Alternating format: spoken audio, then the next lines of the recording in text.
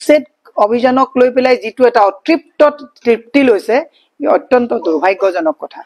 আজি বহুতে আমাক প্ৰশ্ন কৰে যে কংগ্ৰেছে দিনত ইমান চৰকাৰ থকাৰ পিছত কংগ্ৰেছে কিয় তেওঁলোকক পত্তা নিদিলে। মই আপোনালোকক এটা কথা কওঁ, কিয় উচ্ছেদ কৰা নাছিলে এনেকুৱা কথাবিলাক মই আপোনাক কওঁ।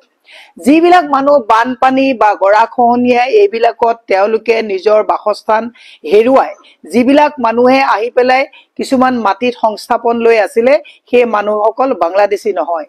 সেই মানুহসকল আপুনি যদি চাই আমাৰ হাতত ডকুমেন্ট আছে, যিবিলাক মানুহক আপোনালোকে উচ্ছেদ কৰিছে সেই মানুহবিলাকে আজি বছৰ বছৰ ধৰি ভাৰতীয় নাগৰিক হিচাপে ভোটাধিকাৰ সাব্যস্ত কৰি আহিছে। মুখ্যমন্ত্ৰীয়ে বুলডোজাৰ আৰু হাতুৰি ভাল পায়, পাহৰি নাযাব।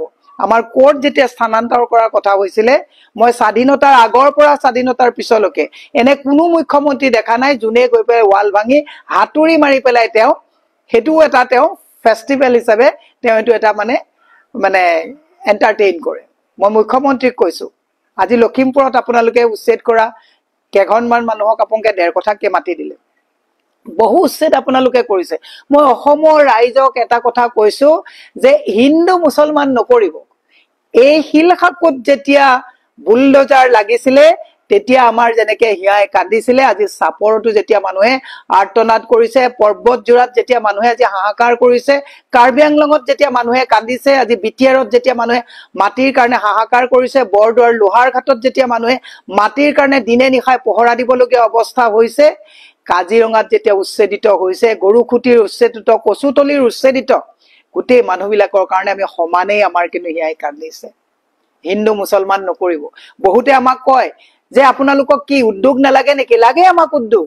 আমি কৈছো যিসকল মানুহে বানপানী গৰাখহনীয়াত নিজৰ ঘৰ পানীত তেওঁলোকৰ উচ্ছেদ হৈছে, তাৰ পিছত তেওঁলোকে আহি পেলাই যেতিয়া ক'ৰবাত সংস্থাপন হৈ আছে, তেওঁলোকক পুনৰ সংস্থাপনৰ দায়িত্ব চৰকাৰৰ।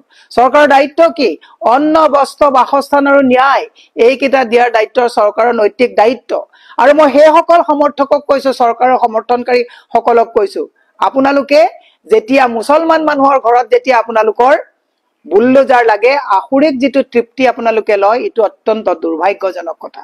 আৰু যেতিয়া বেলেগ কৰবাত লাগে তেতিয়া জয়া অসম ধ্বনি দি ভাৰত মাতাকে জয় কৰি পেলাই জয়া অসম কয়।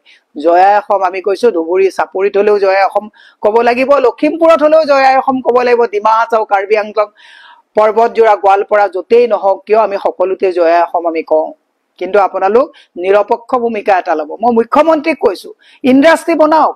আদানী আম্বানীক মাটি দিবৰ কাৰণে, বহিৰাজ্যৰ বনিয়াক পানী দৰত মাটি দিবৰ কাৰণে যিটো আপোনালোকে একদম খুব হেৰিকে আপোনালোকে উচ্ছেদ কৰা এটা আপোনালোকে এইটো এজেণ্ডা কৰি লৈছে যে উচ্ছেদ মই কৰিমেই। মই আপোনাক কৈছো পাপে বাপকো নেৰে। যাৰ ঘৰত বুলডোজাৰ লগাইছে, আজি শিলখাকুত পাহৰি নাযাব, উলংগভাৱে প্ৰতিবাদ কৰা সেই মহিলাসকলৰ অন্তৰাত্মাই যি কান্দিছে, এইবিলাকে কিন্তু আপোনালোকক আপুনি নিজে কৈছিলে যে পাপৰ হিচাপ হয়। মই আপোনাক কৈছো, মানুহৰ দুখীয়া মানুহৰ ঘৰত বুলডোজাৰ লগাই এনেকুৱা আসুৰিক তৃপ্তি নলব। সাহস হবনে আপোনাৰ?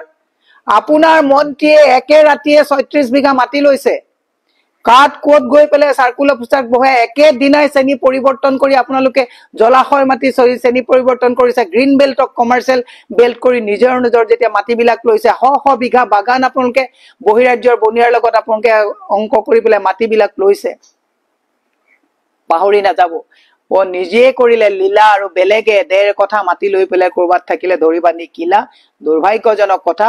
মুখ্যমন্ত্ৰীক কৈছো, উচ্ছেদৰ নামত মানুহক ভয় আৰু ভীতিগ্ৰস্ত কৰি 26ৰ নিৰ্বাচনী বৈতৰণি কৰিবৰ কাৰণে এইবাৰ আকৌ গম পাই গল যে আপুনি হিন্দু ভোটৰ পলাৰাইজ এইবাৰ কৰিব নোৱাৰে, ডিভিজন হৈ গল। কাৰণ আপোনালোকৰ বাকী আৰু ফাঁকি ভেলকি বাজিত অসমৰ ৰাইজে বুজি পাইছে। আৰু সেইকাৰণে এইবাৰ আপোনালোকে গোৱালপাৰা, পৰ্বতজোৰা, আপোনালোকে গোটেইবিলাক অঞ্চলতে আপোনালোকে ধুবুৰী সকলোতে উচ্ছেদ কৰি মুছলমান ভোটখিনিক ভয়ভূত ভীতিগ্ৰস্ত কৰি একগোট কৰিবৰ কাৰণে যি নিকৃষ্ট ৰাজনীতিত আপোনালোক লিপ্ত হৈছে, অত্যন্ত দুৰ্ভাগ্যজনক কথা। চৰকাৰৰ কাম অন্ন বস্ত্ৰ বাসস্থান আৰু ন্যায় প্ৰদান কৰা। মুখ্যমন্ত্ৰী, অসমৰ এই থলুৱা অসমৰ যিসকল মানুহ আছে, খাটি খোৱা যিসকল শ্ৰমিক আছে, খাটি খোৱা যিসকল কৃষক আছে, বুলডোজাৰ লগাই আসুৰিক তৃপ্তি লোৱাৰ পৰিৱৰ্তে চৰকাৰৰ যিবিলাক জেগাত খালী মাটি আছে তাত আপোনালোকে উদ্যোগ বহাওক, আদানী আম্বানীক মাটি দিয়ক, এইসকল মানুহৰ নিৰীহৰ ওপৰত অত্যাচাৰ কৰা বন্ধ কৰক। শেষত মই অসমৰ ৰাইজক কৈছো,